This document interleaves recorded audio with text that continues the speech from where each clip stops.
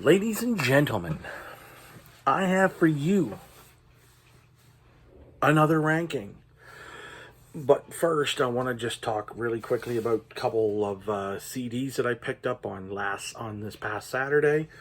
I know I'm getting to this a little late, but I've been busy and wanted to prepare for this ranking. So, stopped off at my local again as usual. Instead of Sunrise Records, because they have nothing, never have anything. And I picked up a couple of doozies.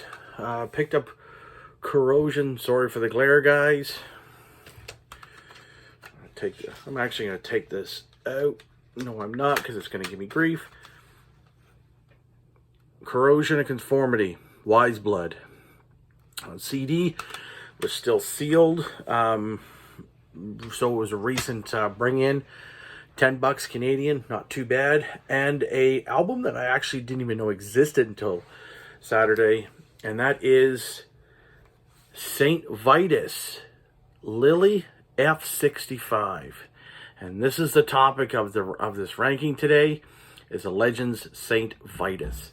And of course you get a really cool, really big ol' fat fucking hype sticker there, which it's actually right on the jewel case, and that's the way they should come. Don't put it on the plastic, put it right on the CD, right on the cover. And some people will be like, well, you shouldn't do that. Well, too bad, because I'm not cutting the fucking hype sticker off. And anyways, before I get into this ranking, because it's a long one,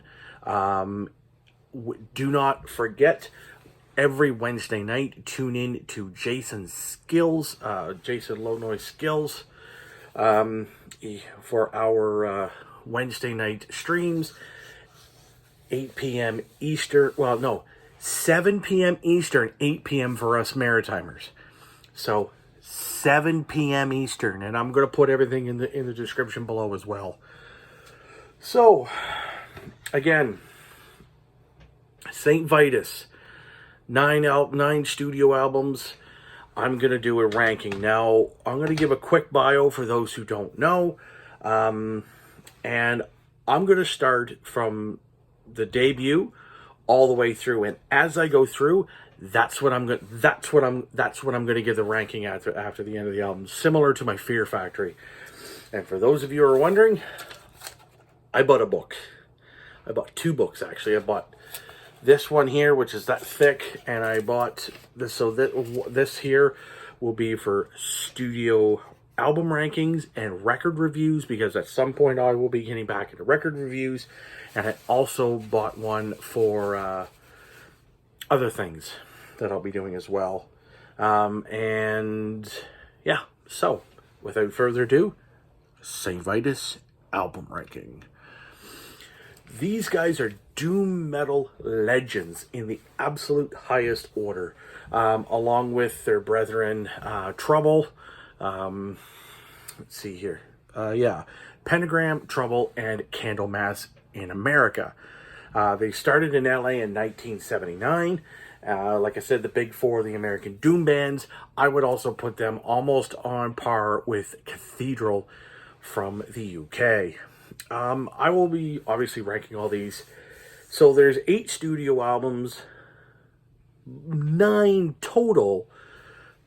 But when I was listening through my head, when I was listening from Apple Music, they actually took The Walking Dead and Hallow's Victim and combined them. So I've got that. So they broke up in 1996, and they reunited in 2003, and back again in 2008 with a classic lineup. They went on a pretty big and pretty great in terms of success. And after 30 years in the band, due to worsening health issues, Armando Acosta left the drum throne, and it was replaced by Henry Vasquez, and he has been the current drummer since 2009. I probably should tell you who's in the band, but if you know Saint Vitus, then you probably don't need to hear me say that, but I'm going to say it anyways. Scott Regers is the original vocalist. Dave Chandler is guitar extraordinaire. Mark Adams is the bass player and lasted for about 98% of the career. And like I said, Armando Acosta is the OG drummer, taken over by Vasquez. What you're going to notice with this here is the doom is the tone that these guys have. It's mostly based off of Dave, his style of play, and the fact that he uses a Gibson SG, he uses a JCM 800 Marshall amplifier, which is the head. The cabinets he really doesn't give much of a shit about it. Like that doesn't really affect it, or according to him that is. But he tends to use Marshall cabinets for the most part. And he has two other guitars, a Dean and a Schecter, both that have Floyd Rose tremolo systems, and they're strictly for tuning stability, not for the dives or anything like that. So basically, your SG and a fucking Marshall. You know, what more do you need? So to start off with the debut record, so Saint Vitus is the self-titled debut record, fully recorded in 1982. Unfortunately, it was delayed 2 full years because of a lawsuit that SST Records was involved with. Wow, what a very dark record. The guitar tones and the vocal tones, very slow, very epic at the same time, and yet super dark, super evil. 2 of the tracks out of the 5 are actually, let me see here. They're more upbeat. Sorry, I'm trying to read my own writing. It's absolutely atrocious. Yeah, so they're more upbeat. The self-titled and White Magic, Black Magic, but not by much. Scott Regers he's very good at conjuring this sort of very dark sort of anguish in his vocal approach, especially on this record.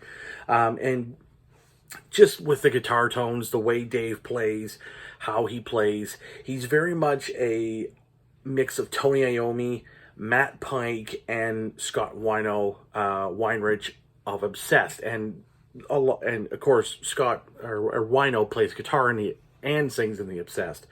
But I'll get to the rest of that here momentarily. So the one thing I will say about this is that, and this is a very, very hard to get album on vinyl, CD, or at all. It's just super hard to get. But because it's the debut, and it's not one that really resonated with me, and you're going to notice that this ranking here, along with Death and Black Dahlia Murder, was very, very hard to do. So this comes in at number 4. This is my number 4 record.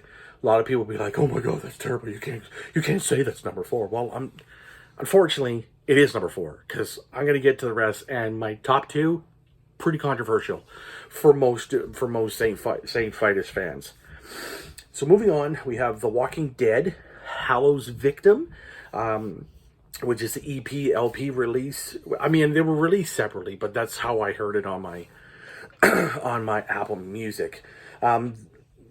Basically, The Walking Dead, Darkness, White Stallions, and Hallow. So basically, that was all released in 1985, which is the last time we would see Regers on vocals till 1995, a whole 10 years later. Both of these are very stylistically similar. Basically, it's very they're doom laden, hooky riffs, and some dark riffs and some mid sections. Let me flip my page here. Definitely picked up in terms of the tempo, and again, like the self-titled album, same sort of song structures. There's not really a whole lot of difference. And that came in at, where did I have that ranked at? Now, I had that ranked at number 5, so pretty well back to back. And that's just, again, it's how I'm hearing it in my head. This is going to be another controversial slot. So, Born Too Late. This was released in 1986. This was the very first to feature Scott Weinrich, who was the guitar player and singer, as I mentioned, for The Obsessed. But Scott on this is only doing vocals. This is cited as one of their best efforts to date by a lot of fans. To some degree, I can agree with that. The production on this is a little bit muddy, but it's not terrible. The hardest part for me on this is because I'm so used to Wino in the Obsessed, I'm already accustomed to that vocal. I just wasn't getting it on this. I mean, yeah, the guitar tones are good, and the rhythm section is tight, and the songs are well written. Unfortunately, the vocals really sort of throw it off for me, and that's why I have it at number 6. People are going to be really mad, and that's fine. I understand that, but because of the vocals, because of how, and again, yes, it's 1986, but there are other records that come out in 1986 from different bands that sound better vocally. And maybe it's because of how he decided to approach it. That's where it sits.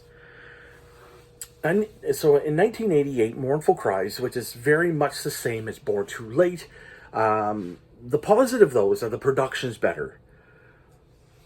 Everything's equally present. All the instruments are really all present here. The guitar tone's very much Tony Iommi with added fuzz to it. Wino does sound great on this, but there are other records that are better than this. I've already stated 3. So this is at number 8. And this was and so this was hard because this here and the next one, they just there was nothing on this in terms of like, they're like, hey, there's a song, hey, you gotta listen to this, you gotta listen to this, you gotta listen to this. They just didn't sit, and because they're a really great band in my opinion, it's really hard for me to say, because you kind of dogfight with some of these rankings.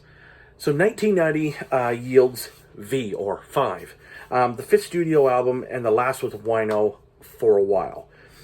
St. Vitus shows on this record why they can write slow jams and kick ass at it. Petra is very reminiscent of the debut record. Super crushingly slow when it's ugly. Production's much better. But unfortunately, this, again, didn't sit well with... It didn't sit with me in terms of the songs didn't reach out and go, you've got to listen to V more, or 5 more, you've got to listen to Mournful Cries. So V's going to sit at number 9, unfortunately. So, moving on to the last 4 records. COD, or Children of Doom, released in 1992. This was produced by Don Dokken. The album features ex-Count Raven vocalist Christian Linderson, and this was the only album with him. Which is a sad thing because his vocals are really good. Guitar tone for days, probably the best that they've ever put on record. Christian's vocals, he has the ability to really hold notes. He really can get his range gets a little bit higher, and for a Doom record, production wise, it's absolutely fucking almost perfect. It's almost perfect. This is my number 1. This is my number 1 St. Vitus record. I had numerous chances to get it on vinyl, and I should have grabbed it, but this is my number 1. I know it's really weird because Scott Regers and Wino were the 2 longest members of St. Vitus, but go listen to the title track, Children of Doom, and then when you're done, think about the vocals, and then go listen to a couple other tracks. Go listen to Born Too Late with Scott, with Wino, and then go listen to stuff off the first record with Scott Regers. Again, this is very hard to rank. I mean, all the bands that I'm ranking lately it's getting tougher by the day, and shit's gonna happen. You know what I mean? It's just shit's gonna happen. So, moving on to our next record. This is released in 1995, Die Healing. This sees a return of the gravelly Scott Regers on vocals. And again, like I said, brought up in 1995. This would be the last until 2010, till the 2010s. More crushing guitar tones. Slow and mid-pace tempo, so a good mix of the both. The lead work is great as usual. Davis is really great thing for having his leads really whine. It almost sounds like it's like a low mid-pace sort of whine, and I really like that, to be honest.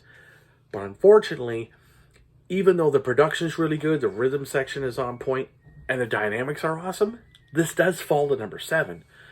Because again, like V and like Mournful Cries, this just didn't sit with me. They really didn't sit with me. So there's 2 records left, and I only have 2 spots left. So I'm sure some people are going to be like, oh my god, how could you rank that? How could you rank them like that? It's terrible. Fuck off. Number 2, or sorry, yeah, so the next record, which is this record, Lily F65. This has the return of Wino on vocals. Musically, it's still classic St. Vitus. Yet Wino's vocals got better. This is almost perfect Scott Weinrich on vocal. It's very prevalent on the waste of time. And I spelt that wrong, but that's okay. So it actually says the waste of time. On that track, it's super heavy, really pull back in the tempo. There's a bit of uptake in it. At the end of the song, like the last 30 or 40 seconds left, he's almost screaming. The waste of time. He's really almost screaming. And then he hits the last time he says, the last lyric he says with the last syllable, he holds the note and he's screaming, and it's fucking amazing. It's like, really? You mean to tell me you pulled this out of your ass finally? Fuck yeah. Every song on this is a fucking and it's the thing, there's only 7 songs on here. The Waste of Time, Let Them Fall's a killer track. The Bleeding Ground's awesome. Vertigo's great. Dependence, Withdrawal. This is my number 2. Yeah, this is my number 2. 2019 saw St. Vitus release St. Vitus? Did you re-release the first record? No, they didn't. Now, on this record, they get Scott Reekers back. And Scott, on this record, really sounds fucking awesome. And, yeah, there's some songs that are really, they're really pulled back in terms of tempo, and with the tempo pullback, you get Scott going lower and raspy. There was almost a bit of a growl, and there's his patented clean style vocal, which is amazing. Production is fucking stunning. Dave sounds almost perfect tone wise. And this actually has Pat Bruders on bass. Because obviously the first several records up until this last one here featured Mark Adams. So Pat Bruders, who's also in the band, currently in Down. Yeah, man, it's a fucking ass kicker. And really, as far as I'm concerned, with the way the songs were written, very well written. The guitar tone is excellent for Days. The rhythm section is great. And on this here, you hear a lot of bass soloing. And I don't mean not where there should be a guitar solo, but like in some sections of songs and at the ends or whatever, there's some bass noodling, and that's Pat, and it sounds fucking amazing. Scott sounds probably the best on record, and this comes in at number 3. So that's it for today, kids. I really want to make this perfectly clear. Tomorrow night, 7 p.m. Eastern Standard Time, and 8 p.m. Atlantic Time for Dan Hodgson and myself. We will be joining Jason and Wilson for our live stream. Topics are, we are going to be showing metal cassettes, and as well as we will be talking our top 5 doom metal bands. So this comes in perfectly in line for that stream. Hope to see you guys tomorrow night. It's going to be fucking awesome. Yeah.